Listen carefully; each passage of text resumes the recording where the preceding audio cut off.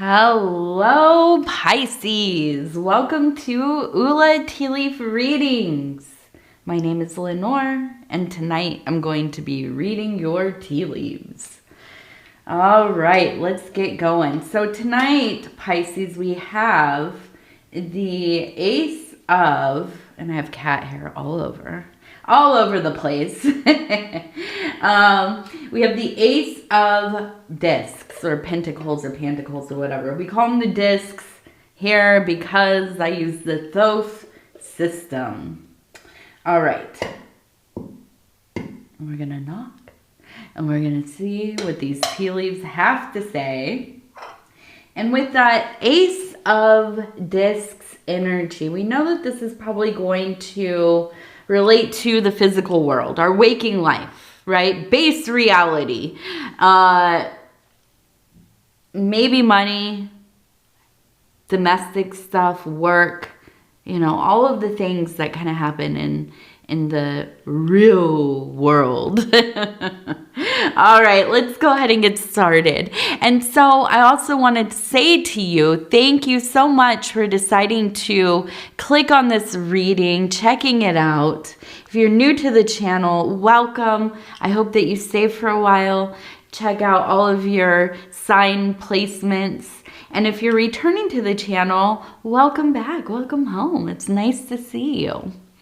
So first we have the number 26. You can see the 2 and the 6, and that's pretty evident.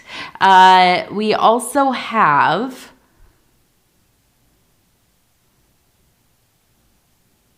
it looks like a person standing here, and you can see the body, the head, holding something, and it looks like it's dropping, like they're gonna drop something. Maybe other things have fallen. We have 2 people who have their hands open, like they're trying to catch the thing, right? Whatever it is that's being dropped. And it almost it reminds me of maybe money, right? Like, I mean, that's the only thing I can really think of. Also, this one looks like a small fish, and the fish represents resources or money, right? Now, I feel like this is a person in your life who really, it's like if they do any little thing for you, they want like a parade. It's not ever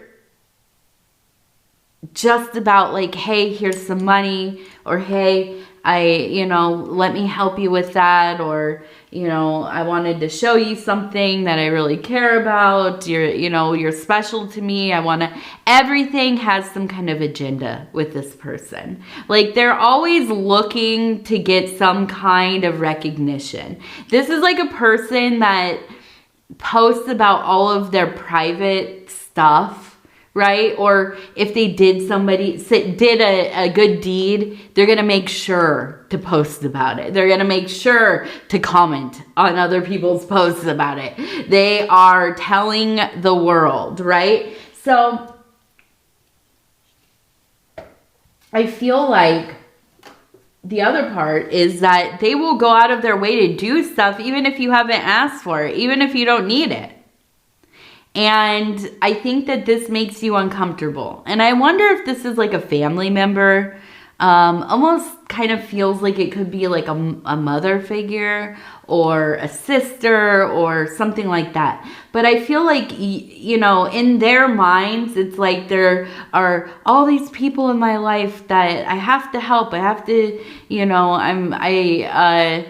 it's my life's work to take care of this family and do all the things, yet putting everything on Front Street, right? And so I feel like for you, it's almost kind of like degrading feeling. It also almost feels kind of like you avoid talking to this person too much because you don't want to get wrapped up in their next big idea or their next wave of generosity, because the price that has to be paid for their help is not one that you're willing to give any longer, right? And I think that really there is a sense of really avoiding the situation just in general, right?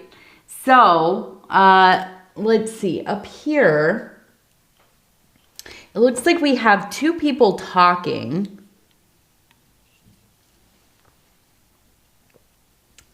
And that's this right here, this person and this person. And it looks almost kind of,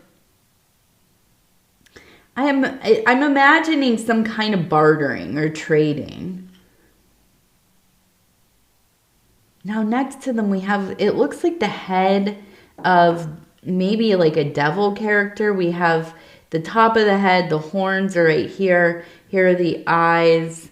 The nose would be here. Here's the mouth, maybe like these little rosy cheeks. And not necessarily a negative devil archetype, right? For me, when I get the devil card, I rejoice because it really, I think of it, I interpret the devil as being this very rebellious spirit that comes in, yeah, maybe gets everybody a little PO'd, you know, but they're there to disrupt, to change the system of things, to change life. It's like chaos, right? All of a sudden this chaotic thing happens, this person comes into your life, it's chaotic, it makes you see the world a little differently, it makes you want to do different things or be different things or, you know, maybe start a different life altogether. But I do feel like in this case, there seems to be somebody in your life who, when you get together, it's like you can really be yourself. And I feel like this relationship, if it's romantic or a good friend or even somebody at work, I feel like this is the thing that has really helped you kind of come into your own identity, really. Not that they gave you an identity or they allowed you to have an identity, but being around somebody who is just how they are. They say what they mean what they say. They're open to some degree, right? They let you see their flaws. They're not, you know, always trying to put it on and all of that. Having that kind of person in your life, it really changes the atmosphere when you're with them or around them or thinking about them. I feel like it really does. It encourages us to be ourselves. Because it is. And I know the phrase safe space, right? Maybe not a very popular one anymore. I know the cynical nature of the internet's kind of shut that one down. But I feel like this person is like a safe space for you. And you are for them. So I do feel like having this relationship has helped you break some of those chains of conditioning, of old ways of living, of your reactions. And honestly, I feel like you've spent a lot of your life hiding yourself, hiding how you feel, not wanting to burden people, not wanting to be too much for other people, maybe even feeling, you know, a little bit like you just don't want to show anybody your secret private life, you know? And I don't mean it's like anything, you know, like, what's the word? Like deviant or anything like that. It's just, yeah, sometimes we have things that are special to us and we don't want to share that with anybody. But when you have somebody like this and it feels like, okay, I can let this person in, right? I feel like the longer you're around somebody like that and you start to, I don't know, it kind of just like, I think it helps us to want to be more open. I don't know. I mean, that's the feeling that I get here, is there is kind of this bravery arising, this courage, this wanting to connect with the world a little bit more. Like, this might be the first deep relationship that you've had or friendship that you've had where you're like, okay, people are not as terrible as I thought they might be. I'm seeing here that this is, you know, it is possible to meet somebody who feels the way that I do sometimes, right? My brain is just I'll tell you what, I don't know what it was about today. I woke up just so emotionally charged. I don't know, like weepy feeling. Nothing wrong. But I don't know. I think maybe the stress of the world is starting to seep in a little bit. But yeah, my brain just, I'm not 100% today. And I have mentioned on here before, I am neurodivergent in a couple different ways, or well, 3 different ways. And, yeah, sometimes my language doesn't come out the way that I want it to. I have trouble pronouncing things or repeating myself, or every time somebody like comments in the comment section about why do you talk like that, or why do you keep, you know, saying things over in different ways. It's how my brain is. I don't know what to tell you. I do it in real life too. It's not just on here. So anyways, let's go ahead. We are looking, it looks like it says AE, if AE means anything to you. Also over here, something with the leg, L-E-G, L-E-G, okay? Something with the leg.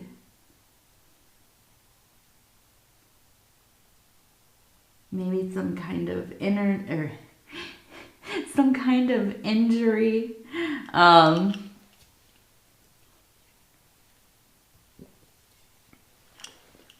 It seems like an old thing though. Maybe you've re-injured something, you pulled something. Here we go. This is the one. Okay, so we have a person, we have 2 people. We have a larger person over here holding something. I mean, it looks like kind of a staff or something. We have the 2 people over here. We also have a person over here standing kind of on a hill or like a little cliff or something, and they are looking upwards. Okay, so I'm looking at this, and to me, it feels like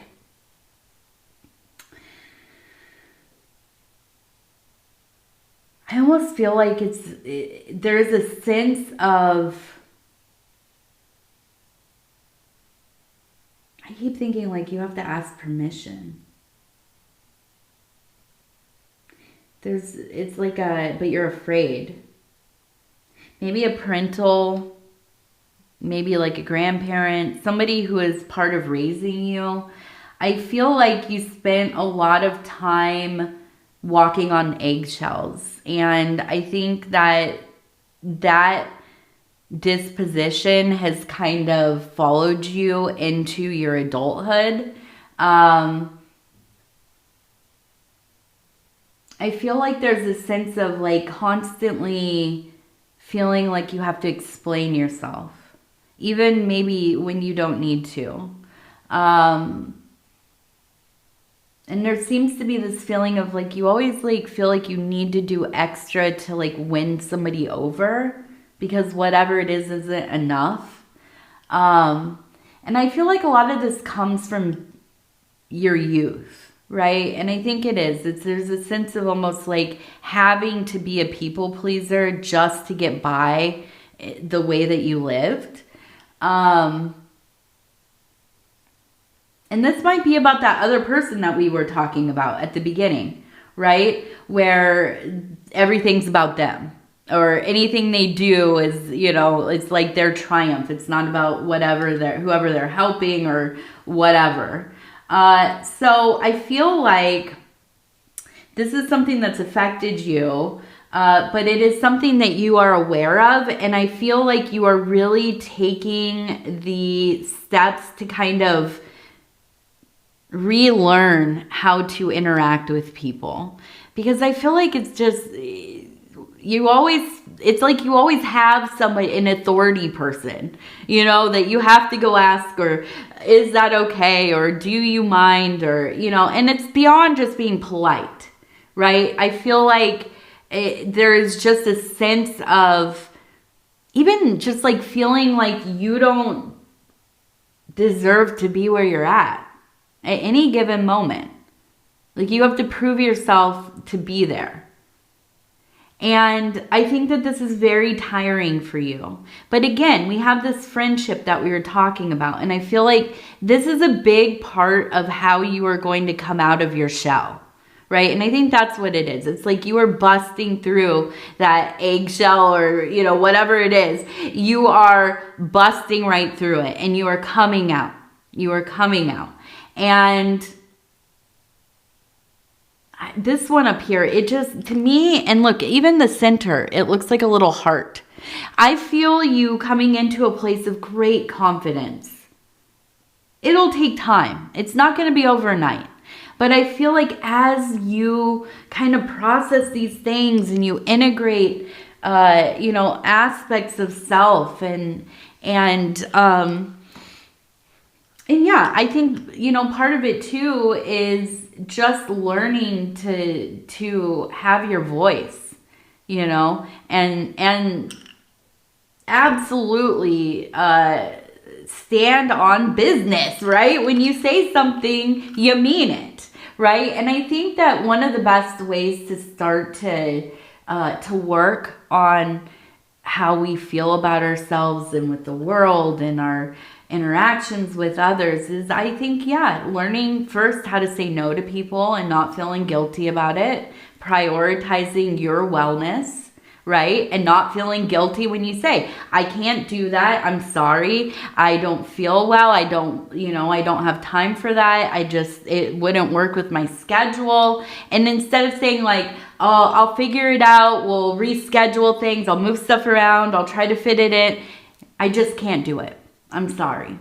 You know, I'll get you next time. That kind of thing. And learning how to do that without feeling like you're being mean, right? Have you ever felt that way where it's like, I said no to something that's totally, you know, fine to say no to, right? Nobody's upset. Nobody's mad. It's just, that's my answer. But you still feel like, I'm sorry. I wish I didn't have to say no. I don't mean to be mean or rude, and you have to explain all of this and qualify why, you know, and learning how to just say, no, I can't. I'm sorry.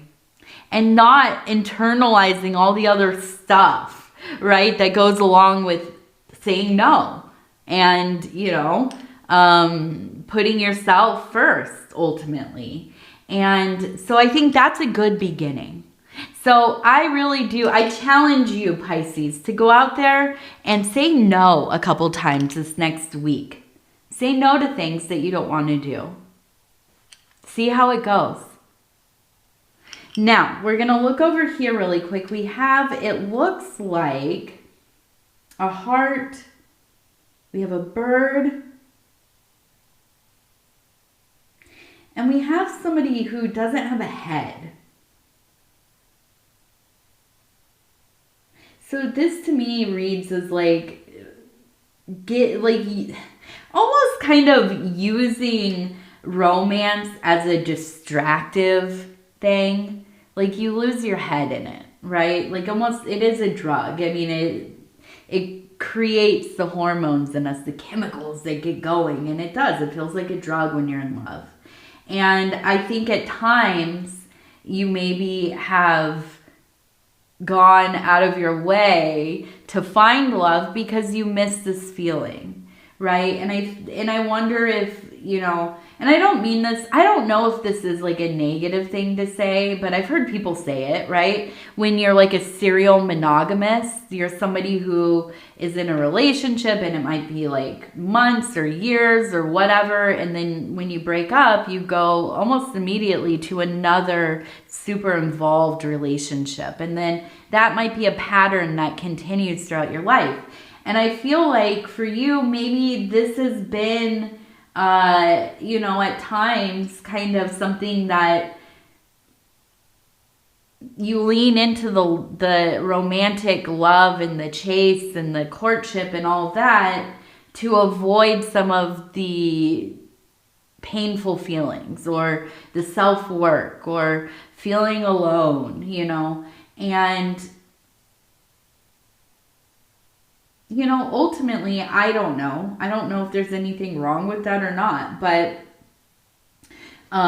you know, I know that it's important for us to know how to be alone. That's a big thing. But I also feel like, you know, at times we can maybe end up with people that we just absolutely are ill-fitted, right? I definitely have had some relationships like that where it was just like, this is ridiculous. How did we end up together?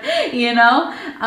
So I do feel like maybe this is kind of a little reminder that it's okay to go either way, right? Do you, you know, lean into the love? Maybe, and that's okay. Do you, you know, kind of refrain at times and think, well, maybe I should just be alone for a while. Or, you know, maybe I am with somebody and we're going through a lull, or it feels like we're never going to grow back together, or, you know, whatever. And instead of seeking love again, or, you know, kind of really forcing it within that relationship, just sitting with yourself, right?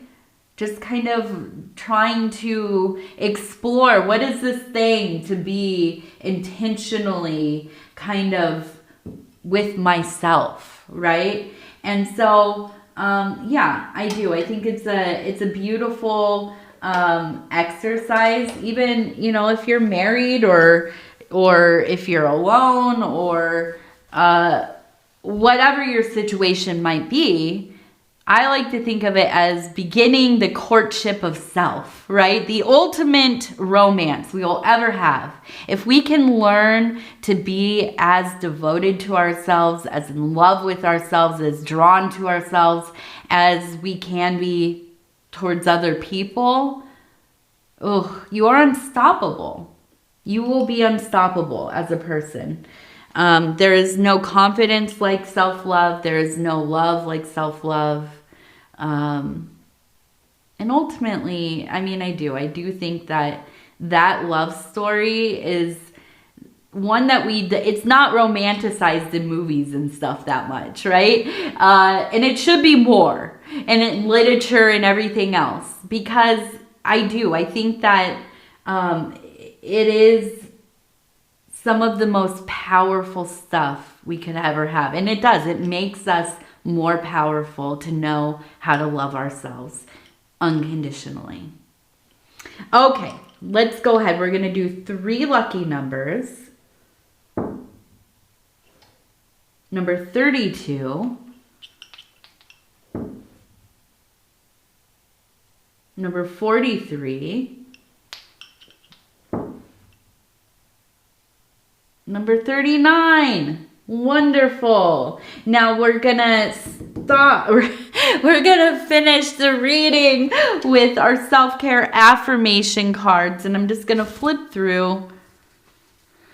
Oh, these brain days, like, I don't know. Just sometimes I have these days my brain is just, it doesn't want to work with me very well. My goodness. Okay, let's see. We have purity of awareness. Okay, purity of awareness. I am present. My senses are a gift that ground me in this moment. I notice the beauty around me, and I pay attention to the small details of my life. I am mindful. See the small details of my life? Yes, it is. Pisces, you are so perceptive.